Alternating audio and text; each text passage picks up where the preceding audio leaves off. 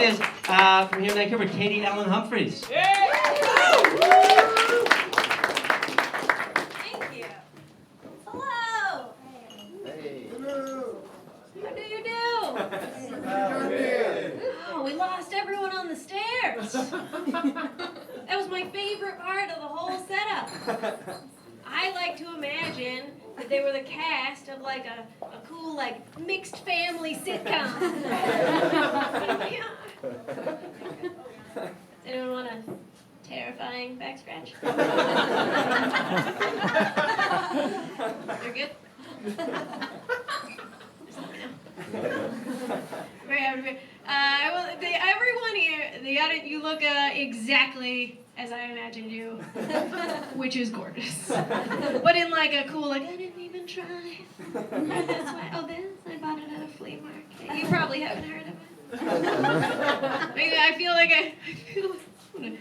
I'm dressed like a sassy paralegal on a Friday casual work jeans day. I like to party, but no. I never know what to put on anymore. It's honestly, I'm still adjusting to my post-baby body. I used to be a baby. Still carrying some of the weight. I don't have a baby. I have reached the age where all my friends are having babies. I've again reached the age where all my friends are having babies. I've known this many new moms since high school. 17 is a fertile age in a small town. But I've recently reached the age where my friends are having babies on purpose. So the conversation where they let you know they're expecting is like a little different now. My friend Mary wanted to let me know that she was in a family way. She actually gave me a card, and inside was a copy of her ultrasound. Yeah. Turns out no good way to say, I never want to see inside of you. I had an abdominal ultrasound earlier in the year. I didn't give her a copy of it. I was never like, it's a pancreas. Doctor says it's like really big for my age.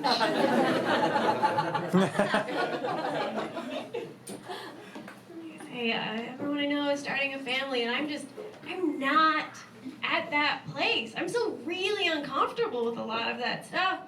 Because I'm breastfeeding the other day, it was just fine. It's more than fine, it's beautiful. It's actually kind of miraculous. Wish that was my reaction. Never is. Anytime I see a woman breastfeeding, I'm just like, I wish I had the confidence to eat in public. Looking at the baby like, I guess she thinks she cute. Arms are hella fat.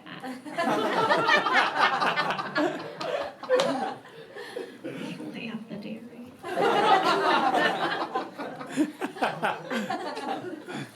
Like a lot of childless women in their 30s, in place of a family, I have developed complicated food allergies. You've got to bore people with something. People get really mad about food stuff. Like they act like you're having dietary restrictions at them. Like an inability to digest dairy is bringing property value down. People be like, can't go to a restaurant anymore without hearing someone be like, gluten-free, oh my God, get over it! They are. I'm not eating gluten. Totally innocuous. Don't do that with other ailments. And we're like, asthma? Why don't you just breathe good? I do.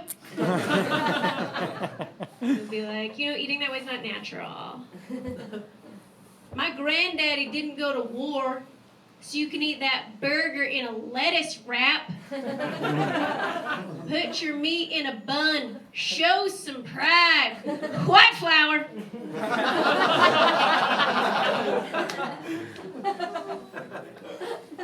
It's made me like a little bit obsessed. with food. Like, I find I'm watching people when I go out, like, what are they eating? I was already doing that before, but now I, like, have an excuse. I feel like you can tell a lot about a couple by what they eat when they go out together. You know, like a new couple, they'll just get tapas, like, just pushing an olive around the plate. You know, if they hook up later, she's gonna get up in the middle of the night, put her makeup back on. He's lying in bed like, what's a cool way to sleep?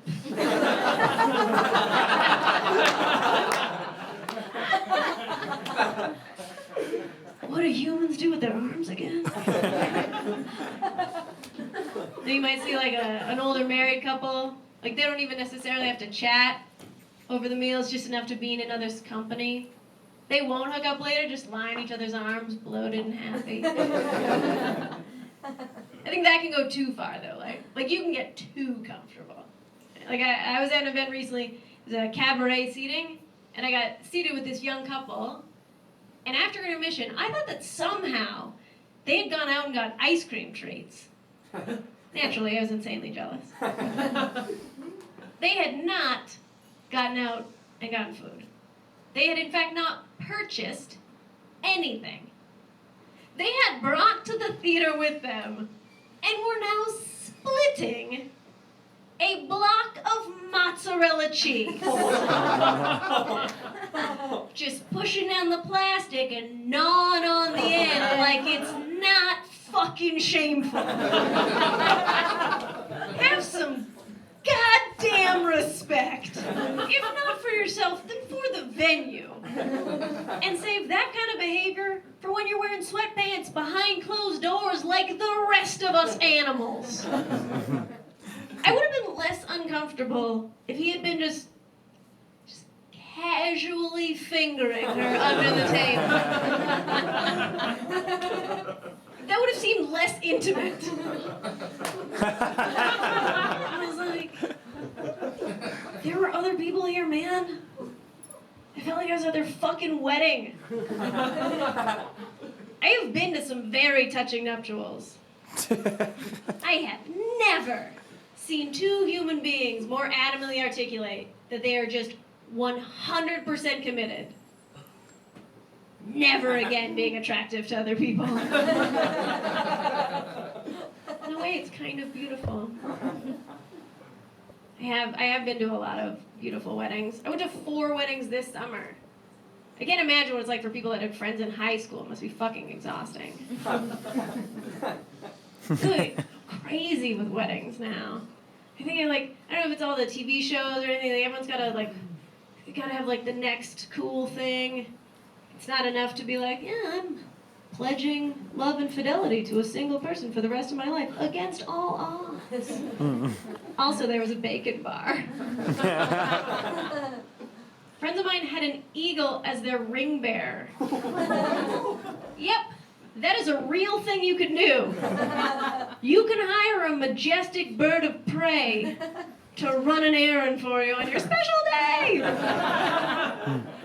And it is cool, but it's sort of like, symbolically it's a little strange, because sort of like, an eagle in flight as a symbol is like freedom. It's like, oh no, the opposite. It'd be like more appropriate if you could hire them to deliver your post-divorce new apartment keys. Invite them in, be like, I got an Xbox now. Some Captain Crunch, she never let me get that before. Freedom. I also went to a Star Trek themed wedding.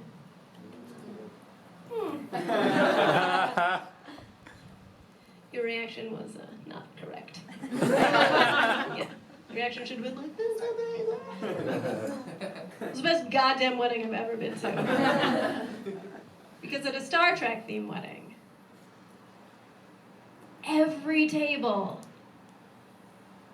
is the singles table. Nerds know how to party.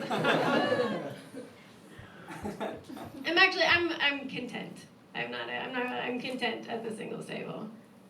Because what's the alternative, right? Meeting someone? Have you met the kind of people you meet when you're meeting someone? No, thank you. To be fair, like, I don't know, like, what kind of energy I'm putting out there. But it is coming back pear-shaped. I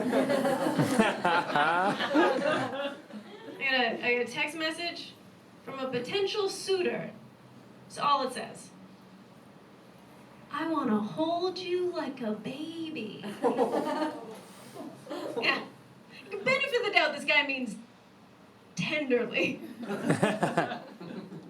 But I just keep picturing myself strapped to his chest and a baby Bjorn, like. Which is thoughtful, because I do like to look around. Another gentleman, we spent a little bit of time together, and I guess he wanted, rightly, to, let me know what I was in store for. And he said, I sort of in jest, he said, Katie, when it comes to fucking, I bring my A game. Right? Which I appreciate. And I was like, oh, well, if we are talking letter grades, I think you should know that when it comes to fucking, I am auditing the class. Like, the best I can hope for is complete. And I will hope for it. Like, almost as soon as we start. I was like, yeah, oh, complete. I don't know, some guys, like, brag about their stamina. Like, I can fuck all night. Cool, better bring a friend. I can't even sleep all night. I think part of the trouble, too, is that, like, everything I know about relationships, I learned from old movies. So even now, like, after a show or something, if someone comes up and is like, hey, can I buy you a drink? I'll be like, well, aren't you a silver dollar? We go out on a date. We're playing for all the jacks. If I really like a guy, like, if we go out a few times, and I want to let him know that, like, I'm ready to take it to the next level, I'll look him in the eye and I say, to me, kid, you're the tops.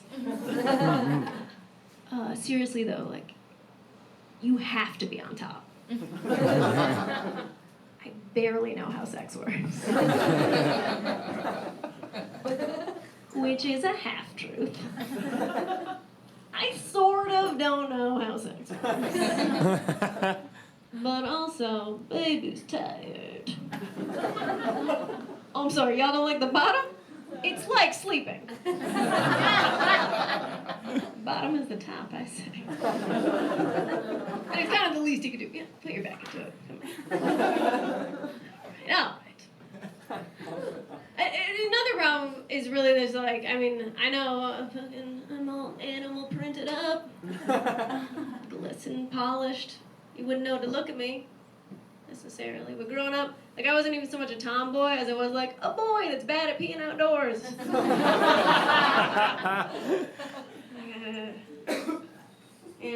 Like, I didn't have girlfriends, Like, I didn't have the kind of friends where you'd like share clothes and talk about boys. I did have the kind of friends that would text message me pictures of shits they'd taken. Would they have captions like, felt like it was getting pulled out of me by a rope? or why wouldn't you send that to your friend Kate? I do have some gal pals now, and like, I really want to make it work, but like, I don't necessarily have like the skill set required. Like, I don't have that like Sex in the City brunch banter down quite right. Like, we're hanging out, and I know one of them is seeing someone and I want to know how it's going. Like, I want to ask her, but like, I harken back to my days in the frat, and I'll say something like, hey, Christy, did you get stuck in? Yeah. They hate it. Then I always overcorrect. I'm like, I mean, did your two hearts meet as one? Till you forgot where he ended and you began? No. Yeah, girlfriend, right? Like sex, right? Like when it's good, it's like a...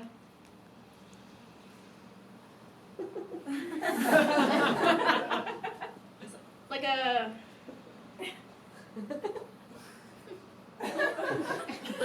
It's like a pen lid. Don't wanna leave the cap off too long, it'll dry out. I don't know. And trying to catch up to my peer group, so I started sexting. Sexy texting. But even that I managed to do it up because so far all I've done is send a dick pic. I didn't mean to. But like, there was a mix-up with a gentleman had sent to me digital rendering. I didn't ask. I don't need to tell you I didn't ask. Nobody asks. That is an industry that is entirely supply. Zero demand. I never once was like, hey love, real quick, do you have anything on hand that looks like an alien from the Muppets? Like, I've never had a friend just like thoughtfully pick up on like how often I'm struggling to draw a squid freehand. She could use a guide. Which I don't want you to get the wrong idea. Like I don't, like I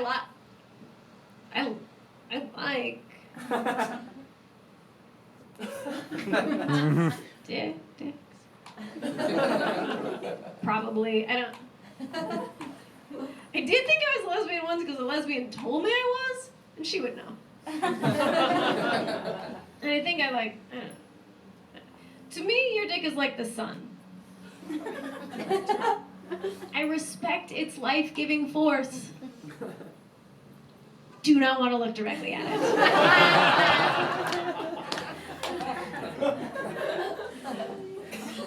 So funny, you guys are great. When I heard about the show, I was like, yeah, definitely, like, it's cool. Like, oh, they do it in New York, I want to do it. Like, and then I found out where it was, and I was like, oh, it's really close to my house. So, that's the, like, main. Because that's not always the case in comedy. Sometimes the road's great, though. Sometimes we get to go fun places. Like, recently I got to go up to the Yukon, which is amazing. They treated us so well. They took us dog sledding. If you ever get a chance, like, without a doubt, jump at it. It is unquestionably the most majestic way to get dragged through dog shit. So good. And it was a neat show up there. It was actually a fundraiser for prostate cancer awareness, which is great. Again, you know, I get to do a thing that I love and help out a wonderful cause. But the woman who booked it was like, just like a little bit too into the combination of comedy and prostate cancer awareness. Like, to paint a portrait of what I'm talking about, she decorated the hall with balloons, but rather than regular balloons, she like blown up blue surgical gloves to be like, get it? Butts. And when she booked me, she was kind of trying to encourage me. She was like, oh yeah, I mean, like, just feel free to lay into it. Like, I think the subject matter is rife, and we're ready. Just like, really, just have a go at it. And I was like, oh. So, like, would you say that you're not looking for an awkward exploration of my burgeoning womanhood? Y'all are gonna be disappointed. Think of it as, I have this real bias against prostate exam jokes. And the whole time I've been doing comedy, there's this widespread misconception that fabulous lady comics, like myself, only talk about periods. First club show I ever did, I walked out on stage and a woman in the audience said, ugh, the girl. If she does one period joke, I am leaving.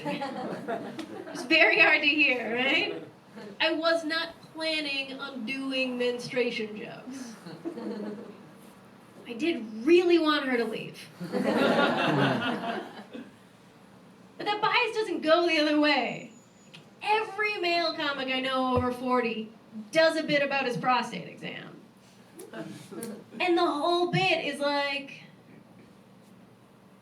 he got one. Drag it out. They're like, you should have seen the size of this guy's hands. He could have been a Harlem Globetrotter. It's like, buy me dinner first, Doc. And every time I hear one of those jokes, I think the same thing. Oh, was somebody a little bit inside of you for a second? Weird. Was it a medical professional who went to school for a decade, specifically trained so that that procedure would be relatively painless and also might save your life? I can't imagine. I can imagine if it was, say, like a 15-year-old hangnail connoisseur with all the fervor and dexterity of a rabid squirrel trying to open a bag of chips.